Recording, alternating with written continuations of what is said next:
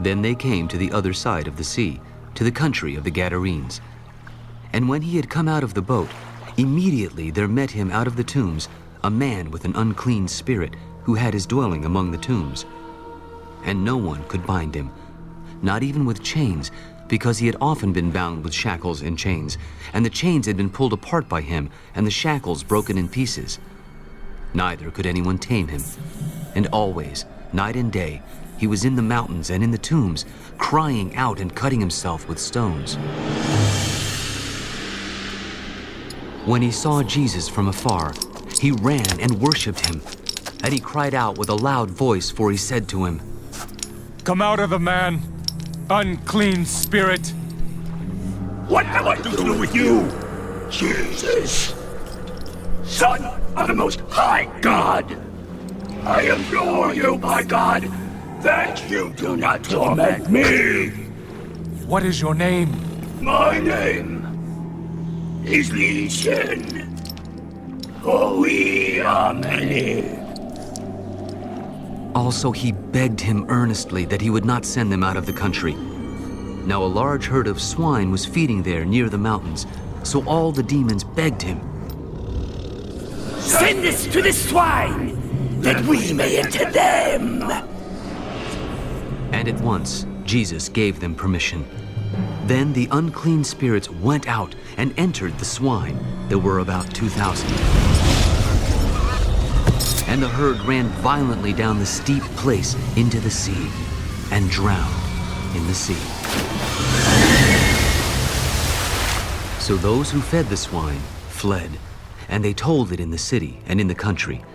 And they went out to see what it was that had happened. Then they came to Jesus and saw the one who had been demon-possessed and had the legion, sitting and clothed and in his right mind. And they were afraid. And those who saw it told them how it happened to him who had been demon-possessed, and about the swine. Then they began to plead with him to depart from their region. And when he got into the boat, he who had been demon-possessed begged him that he might be with him. However, Jesus did not permit him, but said to him, Go home to your friends and tell them what great things the Lord has done for you, and how he has had compassion on you. And he departed and began to proclaim in the Decapolis all that Jesus had done for him, and all marveled.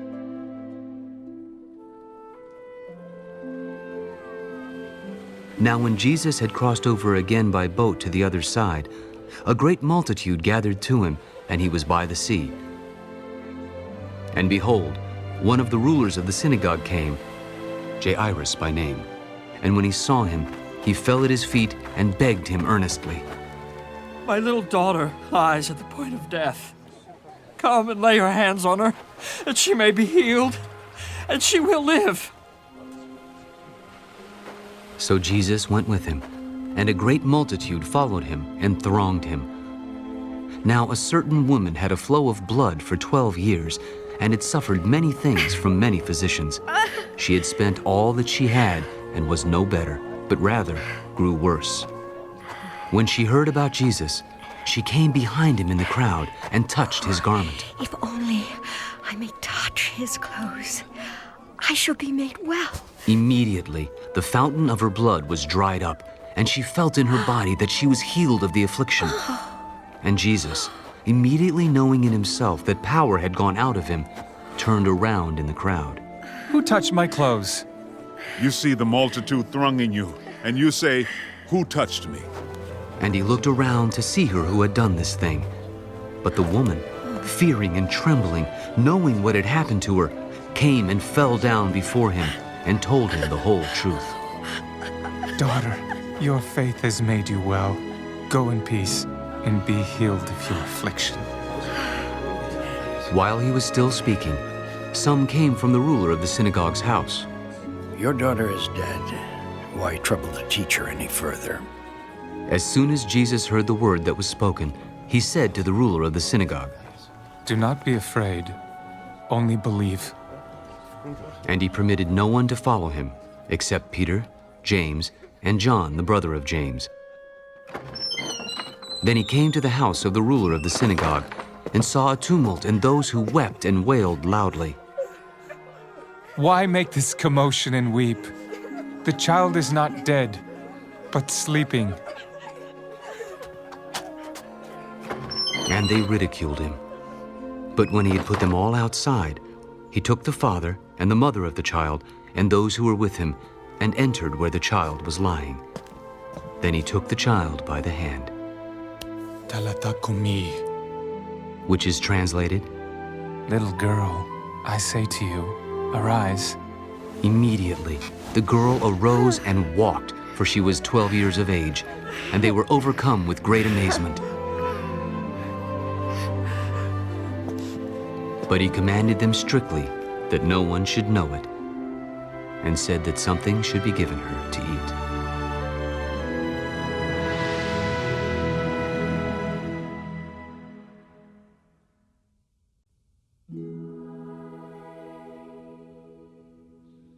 Then he went out from there and came to his own country, and his disciples followed him. And when the Sabbath had come, he began to teach in the synagogue, and many hearing him were astonished. Where did this man get these things? And what wisdom is this which is given to him, that such mighty works are performed by his hands? Is this not the carpenter, the son of Mary, and brother of James, Joseph, Judas, and Simon? And are not his sisters here with us? So they were offended at him. But Jesus said to them, A prophet is not without honor, except in his own country, among his own relatives, and in his own house. Now he could do no mighty work there, except that he laid his hands on a few sick people and healed them. And he marveled because of their unbelief. Then he went about the villages in a circuit, teaching. And he called the 12 to himself, and began to send them out 2 by 2, and gave them power over unclean spirits. He commanded them to take nothing for the journey except a staff, no bag, no bread, no copper in their money belts, but to wear sandals and not to put on 2 tunics. In whatever place you enter a house, stay there till you depart from that place. And whoever will not receive you, nor hear you, when you depart from there, shake off the dust under your feet as a testimony against them.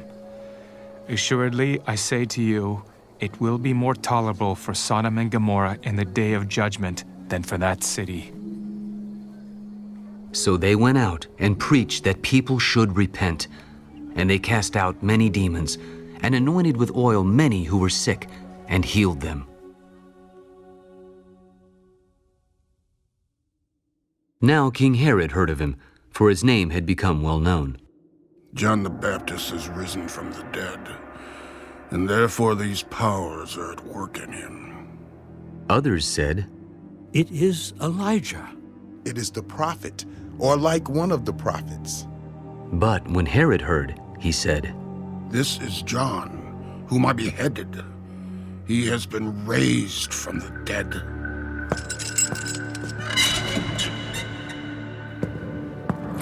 For Herod himself had sent and laid hold of John, and bound him in prison for the sake of Herodias, his brother Philip's wife, for he had married her, because John had said to Herod, It is not lawful for you to have your brother's wife. Therefore Herodias held it against him, and wanted to kill him, but she could not. For Herod feared John, knowing that he was a just and holy man, and he protected him. And when he heard him, he did many things, and heard him gladly. Then an opportune day came when Herod, on his birthday, gave a feast for his nobles, the high officers, and the chief men of Galilee. And when Herodias' daughter herself came in and danced, and pleased Herod and those who sat with him. Ask me whatever you want, and I will give it to you.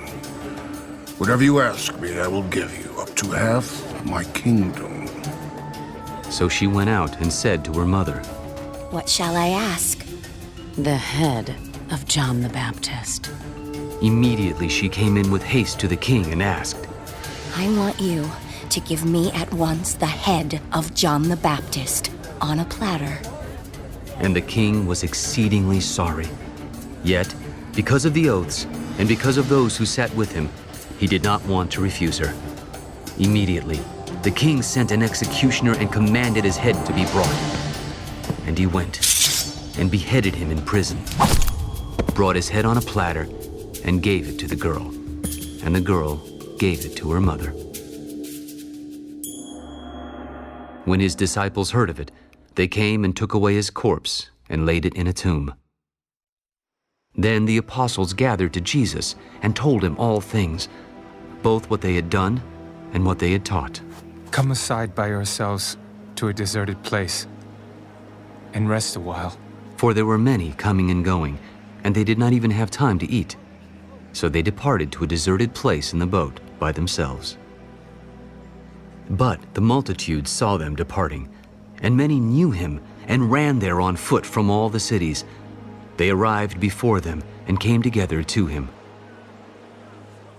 And Jesus, when he came out, saw a great multitude and was moved with compassion for them, because they were like sheep not having a shepherd. So he began to teach them many things. When the day was now far spent, his disciples came to him. This is a deserted place, and already the hour is late. Send them away that they may go into the surrounding country and villages and buy themselves bread, for they have nothing to eat. You give them something to eat. Shall we go and buy 200 denarii worth of bread and give them something to eat? How many loaves do you have? Go and see. And when they found out, they said, 5 and 2 fish. Then he commanded them to make them all sit down in groups on the green grass. So they sat down in ranks, in hundreds and in 50s. And when he had taken the 5 loaves and the 2 fish, he looked up to heaven, blessed and broke the loaves, and gave them to his disciples to set before them. And the 2 fish he divided among them all. So they all ate and were filled.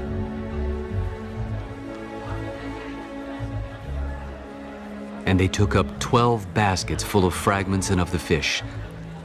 Now those who had eaten the loaves were about 5,000 men. Immediately, he made his disciples get into the boat and go before him to the other side, to Bethsaida, while he sent the multitude away. And when he had sent them away, he departed to the mountain to pray.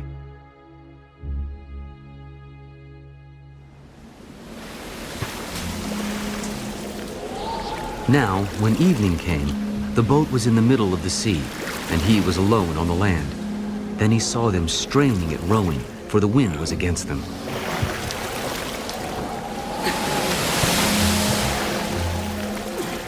Now, about the 4th watch of the night, he came to them, walking on the sea, and would have passed them by. And when they saw him walking on the sea, they supposed it was a ghost and cried out. For they all saw him and were troubled. But immediately he talked with them. Be of good cheer. It is I. Do not be afraid. Then he went up into the boat to them, and the wind ceased.